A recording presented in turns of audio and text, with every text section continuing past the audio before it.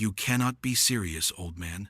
The voice was sharp-edged with the arrogance of a freshly minted security clearance and too many action movies. Specialist Ryan Kowalski stood behind the reinforced glass barrier of the Fort Meade security checkpoint, his crisp Army combat uniform still bearing the creases from the quartermaster. He held the worn military identification card between his thumb and forefinger as if it were contaminated, his face twisted in a smirk that made him look even younger than his 23 years. Before him, on the civilian side of the barrier, stood Walter Hayes. He was 79 years old, with a frame that seemed to have been whittled down by time itself. His white hair was neatly combed back, his face a landscape of deep lines and sun-weathered skin. He wore a simple red leather jacket over faded jeans, the kind of outfit that screamed retired mechanic or hardware store regular, not someone trying to access one of the most secure military installations in the United States. His pale blue eyes remained fixed, not on the mocking specialist, but on the blast-proof doors beyond, as if he could see through them to something on the other side that mattered more than this confrontation. Kowalski held the ID card up to the light, squinting at it, theatrically. This thing looks like it was printed on a dot matrix in someone's basement. What is this supposed to be? Your homemade backstage pass to the Pentagon? He turned to his partner, a slightly older corporal named Martinez, who stood at the scanning station looking increasingly uncomfortable. Dude, check this out. Gramps here thinks he can just flash some Cold War relic and waltz onto a top-secret facility. Martinez shifted his weight, his eyes flicking between the old man's calm face and his partner's cruel enjoyment. Kowalski, maybe we should just run it through the system and see what comes up. The suggestion was tentative, offered more out of protocol than conviction. Kowalski waved him off dismissively. Oh, I'm going to run it. I want to see what kind of expired joke database this thing pulls up. He swiped the card through the scanner with exaggerated flair, then leaned back in his chair, arms crossed, waiting for the inevitable error message, or worse yet, a flashing fraud alert that would let him call the military police and make this old-timer's day even more memorable. The scanner beeped. Once, twice. Then the monitor in front of Kowalski flickered and went completely black. For 3 long seconds there was nothing but a void on the screen. Then it blazed back to life, but not with the familiar green and white interface of the standard security database. The entire screen was bathed in crimson. Bold black letters filled the display. Access level Omega. Classified Sissy Tango Kilo. Immediate notification protocol initiated. Stand by. Kowalski's smirk vanished. His face went from smug tan to a sickly pale in the span of a heartbeat. What the hell is this? He leaned forward, his fingers flying over the keyboard trying to close the alert or access more information. Every command he entered was met with the same pulsing message. Unauthorized query. Command level intervention required. Do not detain. Do not engage. Await senior officer arrival. Martinez had gone rigid beside him, staring at the screen as if it had just declared the launch codes were active. He'd been in the Army for 6 years, worked security at 3 different installations, and he had never once seen an alert like this. He knew what Sissy meant. Special Intelligence Secure Yield. It was a classification level so far above top secret that most officers would retire without ever encountering it, and it had just been triggered by an old man in a red jacket trying to visit the base.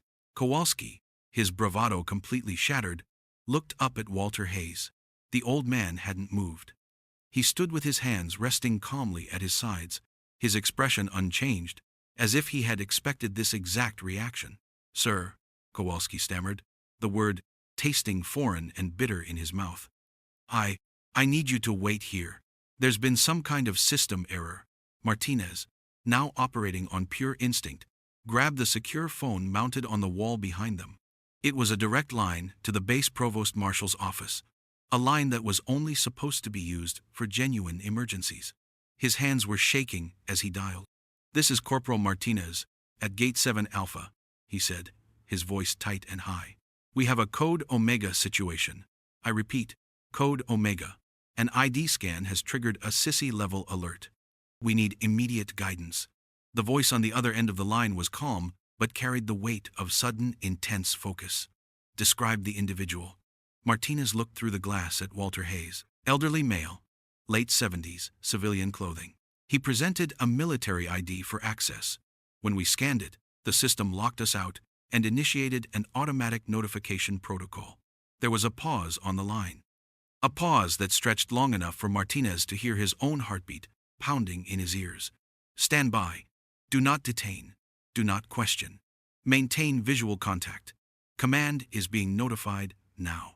The call that landed in the office of Major General Marcus Killian, commanding officer of the entire Fort Meade complex, came through his aide's desk at exactly 1400 hours. The aide, a captain with a sterling record and nerves of steel, burst into the general's office without knocking. Sir, we have a priority Omega alert at the main security gate. An ID scan has triggered a CCTK protocol. General Killian, a man whose career spanned 3 decades and included command positions in every major conflict zone the United States had touched, looked up from the intelligence briefing he was reviewing. His face, normally set in an expression of controlled authority, registered genuine shock. CCTK? Those files are sealed at JSOC level. Who the hell is at my gate? The aide handed him a tablet. The screen displayed a single name, a service number from an era when such numbers were only 8 digits long, and a photograph that was clearly decades old. The name read Hayes, Walter J. General Killian stared at the screen. His face went through a rapid series of changes.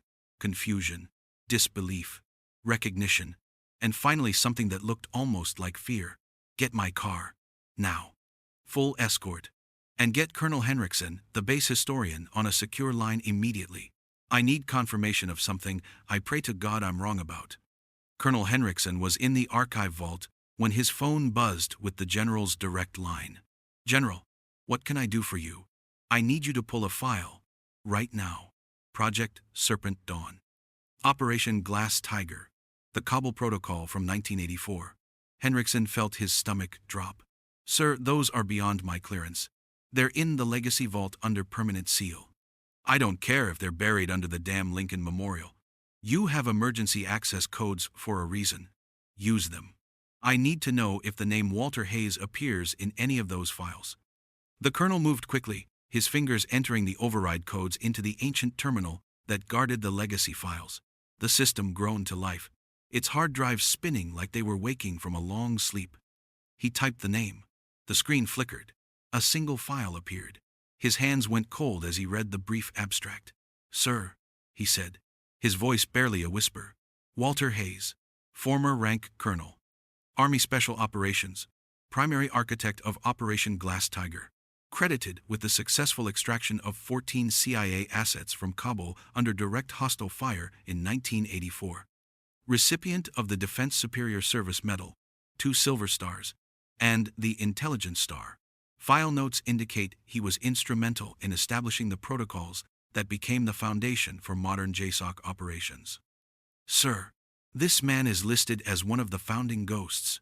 The general closed his eyes. Get everyone. Full honors. I'm going to Gate 7 now. Back at the security checkpoint, a small crowd had begun to form. Other soldiers passing through the gate had noticed the unusual tension, the frozen posture of the 2 guards, the old man standing calmly on the civilian side. A young lieutenant, fresh from West Point and eager to assert her authority, approached the barrier. What's the holdup here? Specialist Kowalski barely looked at her. Ma'am, we have a situation that's being handled at command level. I'd advise you to clear the area. The lieutenant bristled.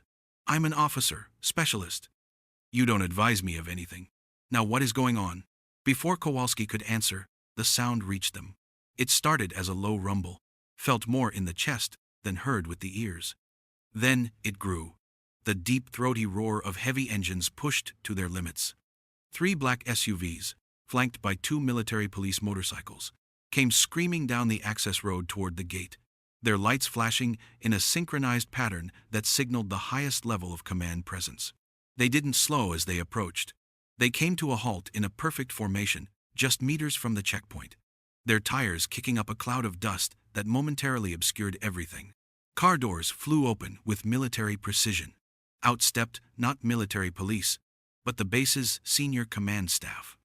Major General Killian emerged from the lead vehicle, his uniform immaculate, his face set in an expression of controlled intensity. He didn't acknowledge the stunned guards. He didn't look at the gathering crowd of soldiers who had now pulled out their phones to record what was clearly an extraordinary event. He walked with deliberate purpose through the security gate, bypassing the barrier entirely, and came to a halt directly in front of Walter Hayes. For a moment, the two men simply looked at each other. The general's jaw was tight, his eyes searching the old man's face as if looking for confirmation of something he still couldn't quite believe. Then, in a movement so sharp and precise it seemed to cut the air itself, Major General Marcus Killian brought his hand up in the crispest, most perfect salute of his entire career. Colonel Hayes, his voice boomed across the silent checkpoint, formal and filled with a reverence that bordered on awe. "It is an honor, sir." Walter Hayes, who had stood in patient silence through the mockery and the confusion, gave a slight, almost imperceptible nod. He did not return the salute. He simply said, in a voice that was quiet but carried clearly, "Marcus, you've done well." The general held his salute for a long moment before lowering his hand. He turned to face the assembled crowd, his expression now one of cold fury, mixed with profound respect. "Let me educate those of you who don't know who you're looking at," the general announced, his voice ringing with authority. "This is Colonel Walter Hayes, United States Army, retired. In 1984, when our intelligence network in Afghanistan was on the verge of complete collapse, when 14 of our best people were trapped in Kabul with Soviet forces closing in, this man led a team of 6 operators into the heart of enemy territory. He did this without air support, without official authorization, and without the luxury of a backup plan. He brought every single one of those people home. Not 13, not 12, all 14. He paused, letting the weight of his words settle. The protocols he developed during that operation, the tactics he pioneered, became the blueprint for every special operations extraction mission for the next 40 years. The methods that saved countless lives in Iraq, in Syria, in every hotspot where Americans needed to be pulled out of hell itself, they all trace back to what Colonel Hayes wrote in Blood and Sand in Kabul. The young specialist, Kowalski, who had been so confident in his mockery just minutes before, now stood trembling behind his terminal. His face had gone from pale to a grayish white, and his hands gripped the edge of the desk as if it were the only thing keeping him upright. General Killian turned his attention fully to the specialist. He didn't shout. He didn't need to. His voice dropped to a low, dangerous register that was somehow more terrifying than any parade ground bellow. "You," he said, pointing directly at Kowalski, "looked at a man who has forgotten more about service and sacrifice than you will ever know, and you mocked him. You held his identification, a card that represents a lifetime of classified heroism, and you treated it like a punchline." Kowalski tried to speak, his mouth opening and closing soundlessly. The general cut him off with a raised hand. "This man's work is so classified that the operation files are sealed for another 30 years. The medals he earned can't be displayed because the missions themselves don't officially exist. He has shaken hands with 3 sitting presidents, not for photo opportunities, but because they needed to personally thank him for keeping this nation's secrets and its people safe. And you laughed at him." The rebuke hung in the air like a physical weight. The crowd of soldiers, many of whom had been filming with expressions of amusement, now looked ashamed. Phones were lowered. Eyes were averted. The general turned back to Walter. "Sir, I apologize on behalf of this entire command. You will have unrestricted access to this facility for as long as you require it. Whatever you need, whatever resources, they are yours." Walter Hayes finally moved. He stepped forward and placed a weathered hand gently on the general's uniformed shoulder. "Marcus," he said softly, his voice carrying the wisdom of decades. "He's young. He didn't know. We all make mistakes when we think we know everything." The gracious forgiveness was more cutting than any anger could have been. It was a lesson delivered not through punishment, but through the stark contrast between the old man's dignity and the young soldier's cruelty. Walter looked directly at Kowalski. "Son," he said, his pale blue eyes holding the specialist's gaze, "the uniform doesn't make you better than anyone. It makes you responsible for being better than you were yesterday. Respect isn't something you get from a rank or a clearance level. It's something you earn every single day by how you treat people, especially the ones you think don't matter." As he spoke, a memory surfaced unbidden in Walter's mind, Not of Kabul or classified missions, but of a quiet moment 50 years earlier. He was a young lieutenant, full of fire and certainty, standing in a briefing room. An older colonel, a man whose name had been lost to time, had pulled him aside after he'd dismissed the input of a civilian contractor. The colonel's words came back crystal clear. The most dangerous thing a soldier can carry isn't a weapon.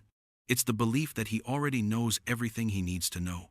Before we wrap this story up, I'd like to thank you for reaching this far. And if you enjoyed this story as much as I think you did, then be sure to show your support by liking and subscribing so this channel can reach more people like you. Now, back to the story. The consequences were immediate and institutional. Specialist Kowalski was relieved from his security duties pending a formal review. He wasn't court-martialed. Walter had specifically requested leniency. Instead, he was reassigned to work directly with the base historical archives, where he would spend the next 6 months cataloging and studying the declassified records of soldiers like Colonel Hayes, learning the history he had so casually dismissed. A new training program was instituted across all Fort Meade security positions.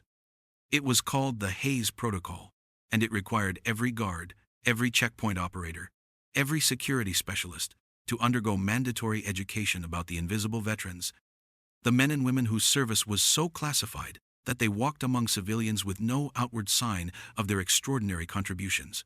The program became a model, adopted by installations across the entire military. The story spread through the ranks not as a scandal but as a parable, a cautionary tale about humility and the danger of assumptions. 3 months later, on a cool autumn afternoon, a young man in civilian clothes stood outside a small coffee shop in a quiet town in Virginia. He had driven 4 hours to get there. His hands shook slightly as he pushed open the door. Inside, sitting at a corner table with a simple black coffee and a newspaper, was Walter Hayes. The old man looked up as Kowalski approached, his expression neutral but not unkind.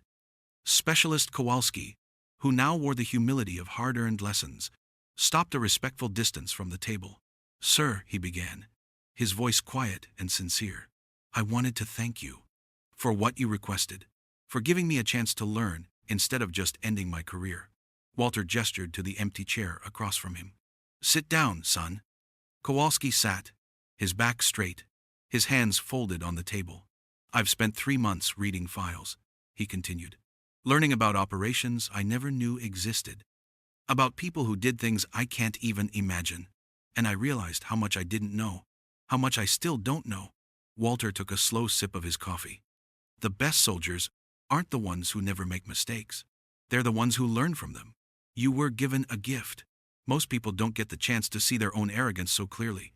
Use it." Kowalski nodded, his throat tight with emotion. "I will, sir. I promise." Walter reached into his jacket and pulled out a small worn notebook. He slid it across the table. "This was given to me by that colonel I mentioned, the one who taught me humility. It's just a journal, nothing classified, but it's full of lessons about leadership, about respect, about what it really means to serve. I think you're ready for it now." Kowalski took the notebook with trembling hands, holding it as if it were made of glass. He looked up, meeting the old man's eyes. "Thank you, sir, for everything." Walter simply smiled, a small, knowing expression that carried the weight of a life well lived and lessons faithfully passed on. "The uniform changes," he said. "The technology changes. But the heart of service, that stays the same. Remember that."